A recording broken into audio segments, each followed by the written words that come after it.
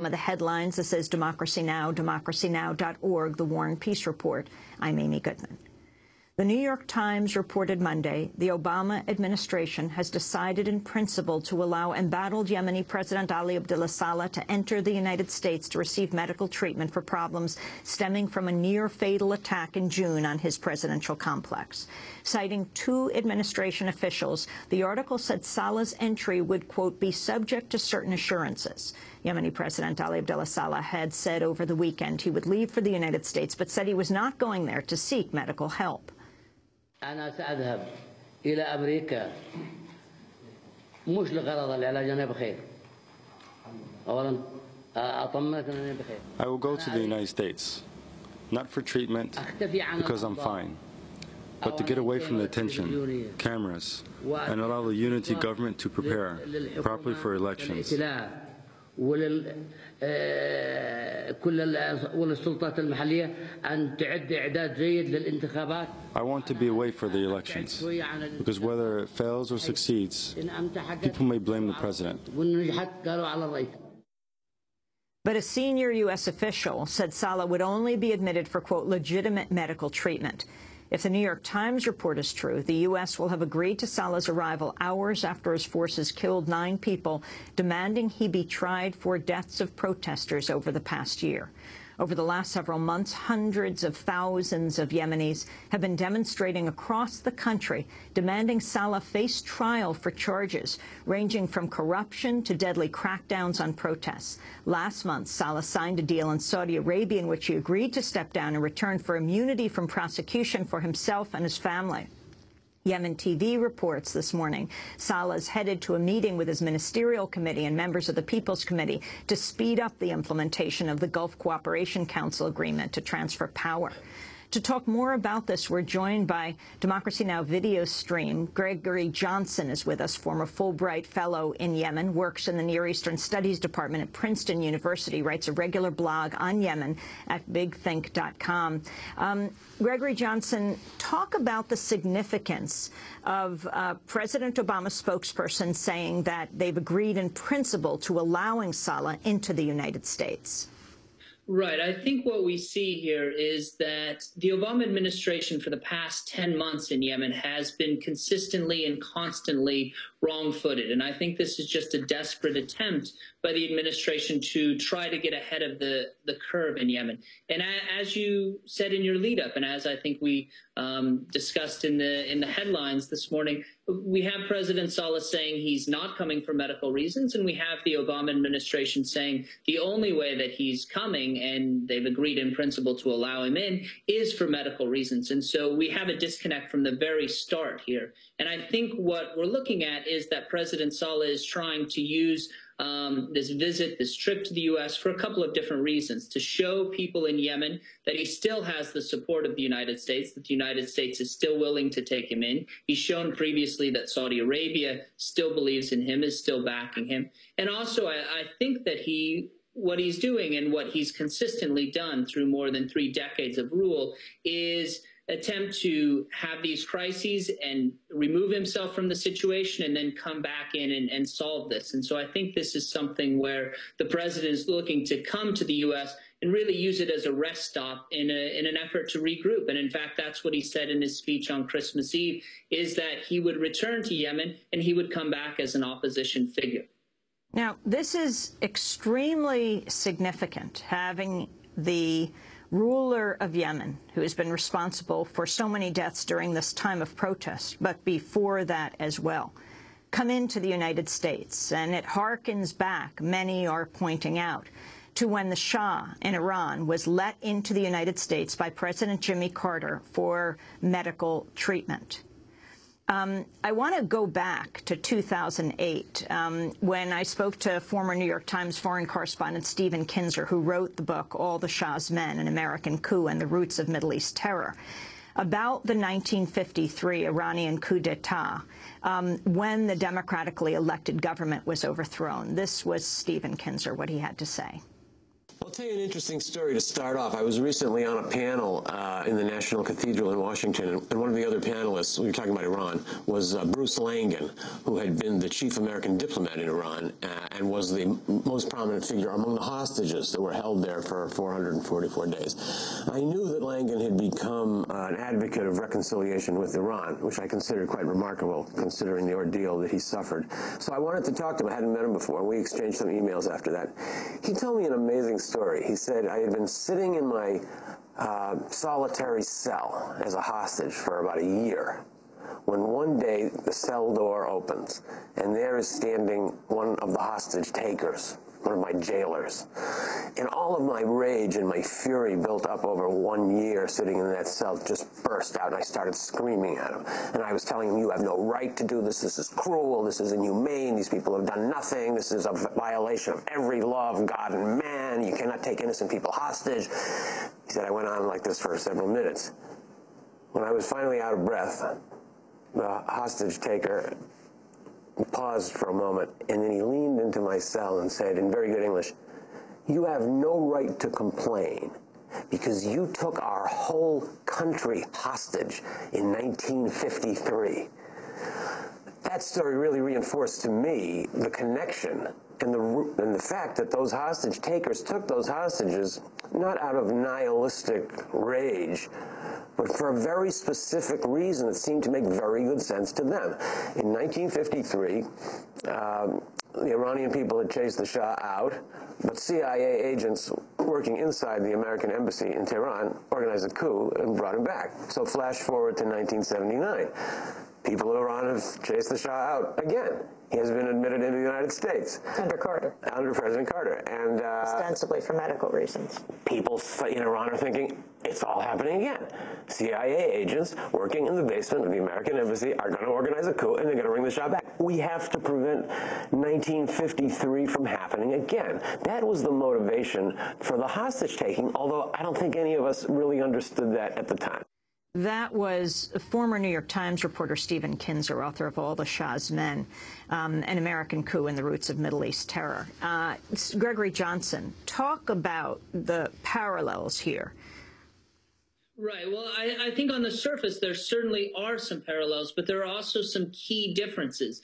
The U.S. is deeply embedded with President Saleh's family. For instance, one of his nephews, and he has 4 nephews that are very high in security services in Yemen. One of his nephews, Ammar Saleh, is an individual that works quite closely with the U.S. on drone strikes, on the war against al-Qaeda in the Arabian Peninsula, the branch of al-Qaeda that's active there in Yemen. President Saleh's son, Ahmed Ali Abdullah, heads not only the Republican Guard, but also Yemen's special forces. And so when President Saleh is removed from the situation, as the U.S. appears to be wanting to do, they want to bring him to the U.S., get him away from the elections. And we have to remember that the elections that are happening in February, these are only going to be a one-person election. The current vice president, Abdullah Mansour Hadi, is the only individual that appears to be standing for the election. So it's not going to be much of an election anyways. And President Saleh's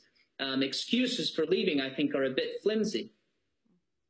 But that idea of what happens if he is coming into the United States for medical treatment. For example, I wanted to go to Tawakkol Karman and also ask you about the significance of her winning the Nobel Peace Prize this year, the youngest person to win the Nobel Peace Prize. Tawakkol Karman, 32-year-old mother of 3 who sits under a tent in Sana'a, in the main square, protesting. Saleh, calling for members of the regimes toppled during the Arab Spring to be brought to justice. She gave this speech when she received the Nobel Peace Prize on December 10th, talking specifically also about Saleh. These people should be brought to justice before the International Criminal Court. There should be no immunity for killers who rob the food of the people. And so there you have Tawakkol Karman, who was among those who said that the Saleh family, Saleh himself, should not be granted immunity. If they call for him to be transferred to the International Criminal Court, what will the United States do if he is here, which isn't a signatory to the ICC, the International Criminal Court? Or if they say they want him tried in their own country, will the U.S. then return him? Right.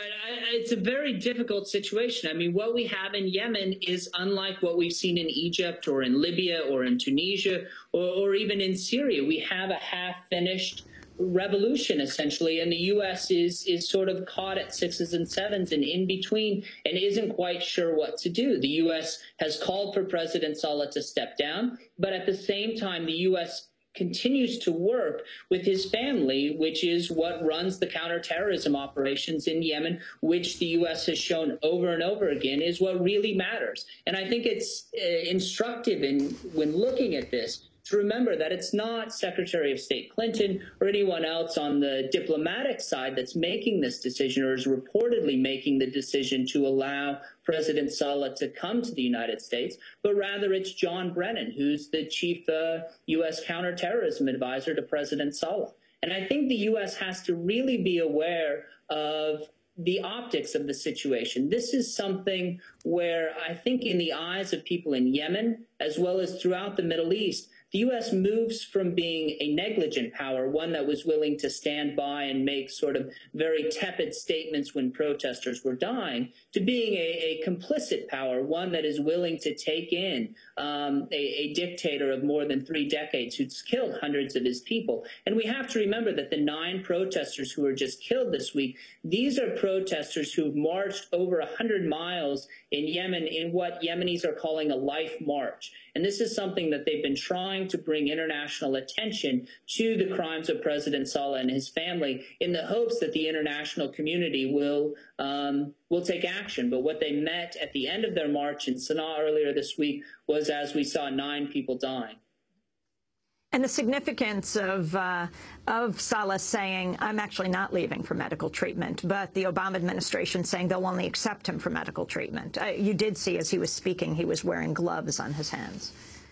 Right. I mean, President Saleh survived the bomb attack on his private mosque back in June. He went to Saudi Arabia for a number of months, and the U.S., I think at that point, felt as though President Saleh was being removed from the equation and they could move on. Of course, as has often happened in President Saleh's long career, he was able to make a surprise return in September that once again threw everything that the U.S. and the international community had been working for in Yemen, threw it a bit out of whack. And I think that's what he's trying to do here as well. You have President Saleh who, as you mentioned, said he's not going to come for the United States, and that's a message for domestic political consumption. He wants to show his supporters, of whom there are still a great many in Yemen, that he's an individual that can lead the country. Yemen's going through a number of problems, both with al-Qaeda in the south, with an insurgency up in the north. The country's in danger of breaking apart, and President Saleh wants to show his domestic political supporters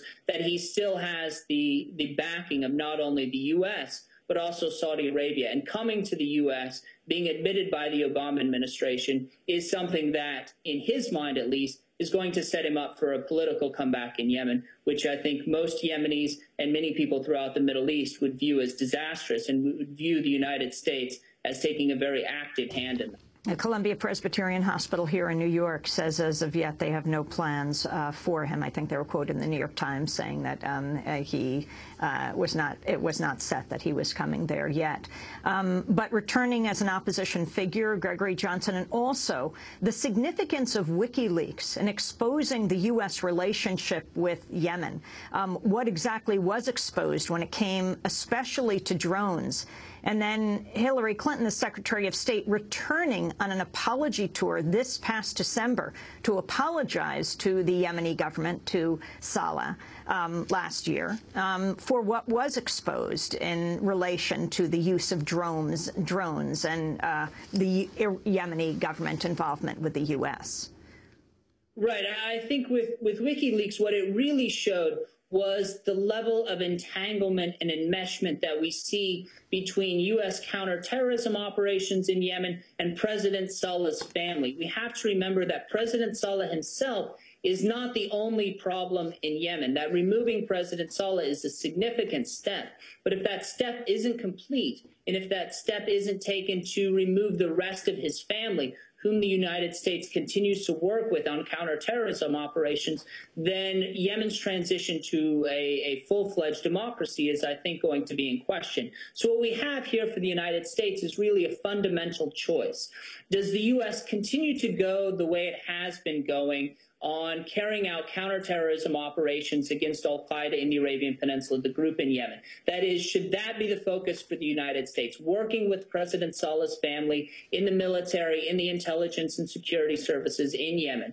Or does the United States want to match its action to its rhetoric and fully support the people who are calling for freedom, calling for democracy within Yemen? And if the United States wants to do that, then it needs to make a clean break, not only with President Saleh, but with President Saleh's family. And I think that's the fundamental choice that the U.S. has been up against for this past year in Yemen. And it's continued to sort of attempt to hedge its bets and go a little bit down one road and a little bit down another road. And the result being that we have this mess in Yemen where the country is in danger of fragmenting and falling apart. And if that happens, if the country of Yemen breaks into 4 or 5 different Yemens, then the security threat the United States and the international community will face from the tip of South Arabia is going to be much greater than it has been up to this point. Finally, just back to that parallel, the underlying part of that, the story of Iran in 1953, the U.S. brings back the Shah and overthrows the democratically elected leader. 1953, well known throughout Iran, in this country hardly do. We understand the history of U.S. involvement in overthrowing the democratically elected leader in 1953. But then when the Shah was brought in for medical treatment in 1979, the people in Iran, fearing that history was being repeated and that they were preparing to bring the Shah back again, they feared, thus leading to the Iranian Revolution, the hostage crisis. Do you think there is a similar misunderstanding in this country of how Yemenis feel about the United States and its involvement in shoring up Saleh to this point?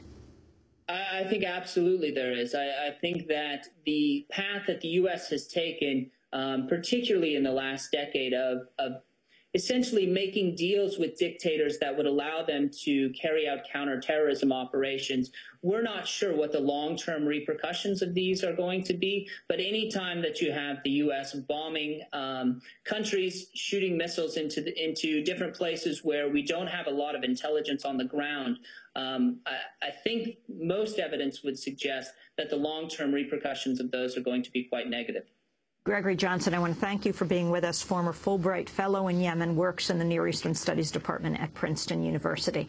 As we discuss the issue of drones in Yemen and drones abroad, we bring it home to the war at home and the use of drones by the U.S. military in the United States. Stay with us.